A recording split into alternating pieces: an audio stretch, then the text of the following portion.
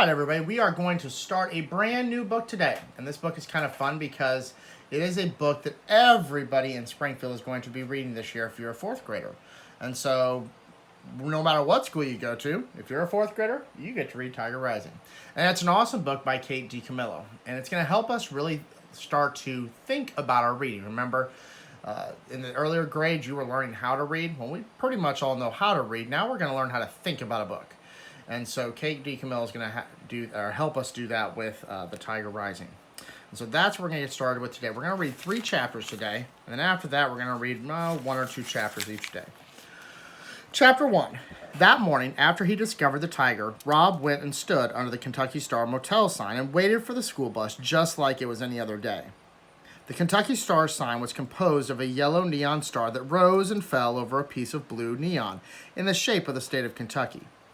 Rob liked the sign. He harbored a dim but abiding notion that it would bring him good luck. Finding the tiger had been luck. He knew that. He had been out in the woods behind the Kentucky Star Motel, way out in the woods. Not really looking for anything, just wandering, hoping that maybe he would get lost or get eaten by a bear and not have to go to school ever again. And that's when he saw the old Beauchamp gas station building, all boarded up and tumbling down. And next to it, there was a cage. And inside the cage, unbelievably, there was a tiger. A real-life, very large tiger pacing back and forth. He was orange and gold and so bright. It was like staring at the sun itself, angry and trapped in a cage. It was early morning and it looked like it might rain. It had been raining every day for almost 2 weeks. The sky was gray and the air was thick and still. Fog was hugging the ground. To Rob, it seemed as if the tiger was some magic trick rising out of the mist. He was so astounded at his discovery, so amazed that he stood and stared. But only for a minute. He was afraid to look at the tiger for too long, afraid that the tiger would disappear. He stared, and then he turned and ran back into the woods toward the Kentucky Star. What he had seen, his heart beat out the truth to him. Tiger, tiger, tiger. That was what Rob thought about when he stood beneath the Kentucky Star sign and waited for the bus. The tiger. He did not think about the rash on his legs, the itchy red blisters that snaked their way into his shoes. His father said it would be less likely to itch if he didn't think about it. And he didn't think about his mother. He hadn't thought about her since the morning of the funeral. The morning he couldn't stop crying, the great heavy sobs that made his chest and stomach hurt. His father, watching him, standing beside him, had started to cry too. They were both dressed up in suits that day. His father's suit was too small, and when he slapped Rob to make him stop crying, he ripped a hole underneath the arm of the jacket. "There ain't no point in crying," his father had said other words. "And crying ain't gonna bring her back." It had been 6 months since that day. 6 months since he and his father had moved from Jacksonville to Lister, and Rob had not cried since. Not once. The final thing he did not think about that morning was getting onto the bus. He specifically did not think about Norton and Billy Threemonger waiting for him like chained and starved guard dogs eager to attack. Rob had a way of not thinking about things. He imagined himself as a suitcase that was too full, like the one he had packed when they left Jacksonville after the funeral. He made all of his feelings go inside that suitcase. He stuffed them in tight and then sat on the suitcase and locked it shut. That was the way he not thought about things. Sometimes it was hard to keep that suitcase shut. But now he had something to put on top of it. The tiger. And so as he waited for the bus on the Kentucky Star sign, and as the first drops of rain fell from the sullen sky, Rob imagined the tiger on top of his suitcase, blinking his golden eyes, sitting proud and strong, unaffected by all the not thoughts inside, straining to come out. Now, in that first chapter, I've got 2 big thoughts, and I know as you're reading, I'm hoping, good readers have thoughts that they're having. First thought I have is, he found a tiger in the woods. Why is there a tiger in the woods? There's not a tiger normally in the woods. Is that a real tiger? Is this a fake tiger? What is this tiger? The second thing is, oh my gosh, his mother died, and now he can't even cry about it because his dad told him not to cry. That is super messed up. So I have 2 thoughts so far. Chapter 2. "Looky here," said Norton Threemonger as soon as Rob stepped onto the school bus. "It's the Kentucky Star. How's it feel to be a star?" Norton stood in the center of the aisle, blocking Rob's path. Rob shrugged. "Oh, he don't know," Norton called to his brother. "Hey, Billy, he don't know what it's like to be a star." Rob slipped past Norton. He walked all the way to the back of the bus and sat down in the last seat. "Hey," said Billy Threemonger, "you know what? This ain't Kentucky. This is Florida." He followed Rob and sat down right next to him. He pushed his face so close that Rob could smell his breath. And it was bad breath. It smelled metallic and rotten. "You ain't a Kentucky Star," Billy said, his eyes glowing under the brim of his John Deere cap.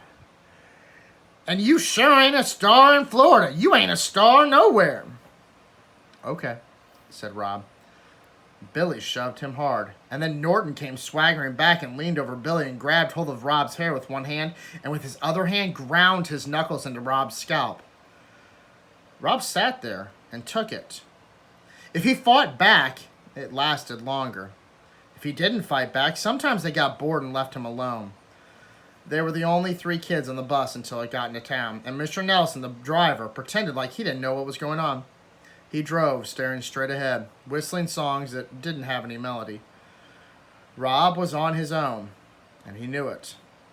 "He's got creeping crud all over him," said Billy. He pointed at Rob's legs. "Look," he said to Norton, "ain't it gross?" "Uh-huh," said Norton. He was concentrating on grinding his knuckles into Rob's head. It hurt. But Rob didn't cry. He never cried.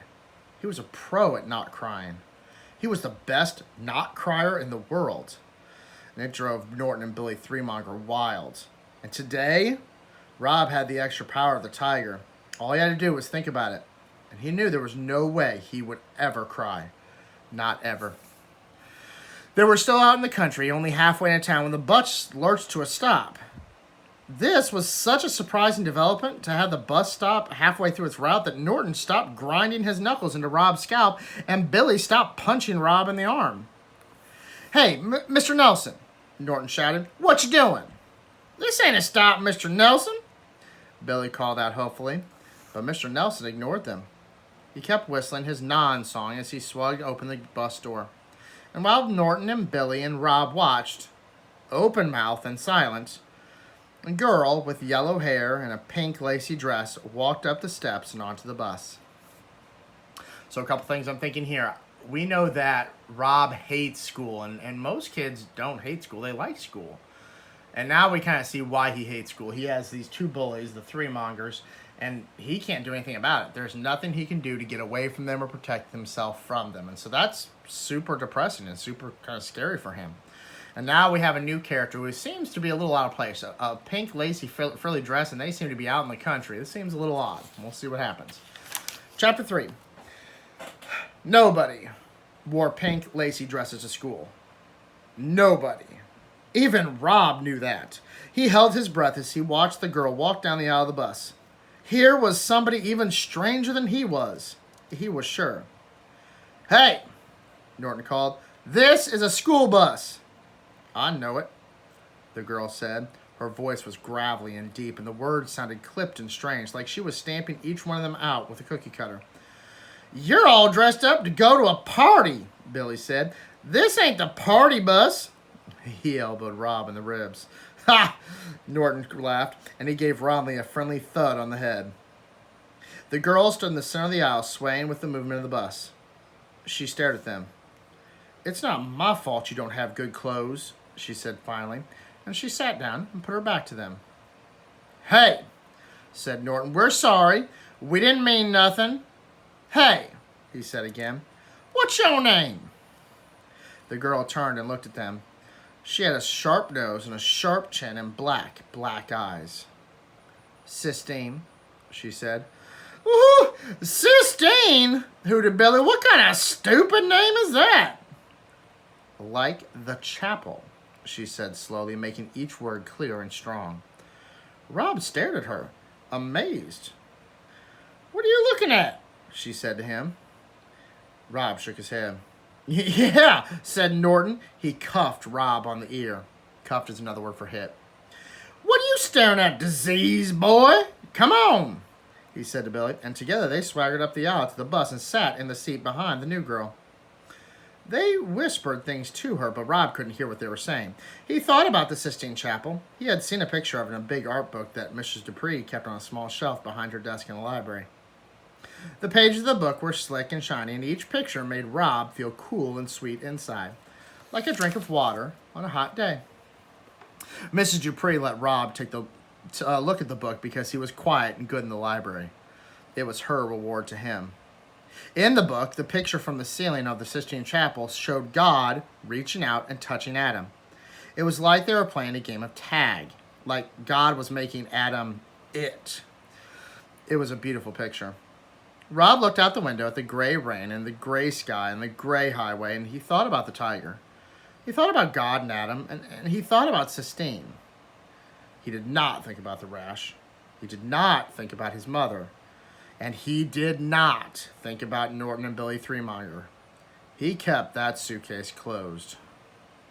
So obviously we have a brand new character in the story, Sistine. And Sistine seems to be very much different than everybody else. And when there's differences in a story, as in life, those are the things that are kind of interesting when you need to pay attention to. As you guys were working on your assignment today, there's also going to be a picture in your Google Classroom assignment of the Sistine Chapel, so you can kind of picture what it looks like and what they're talking about. I can't wait to read the next part for tomorrow. We'll be reading chapter 4, 5, and 6 to kind of get us caught up in the book.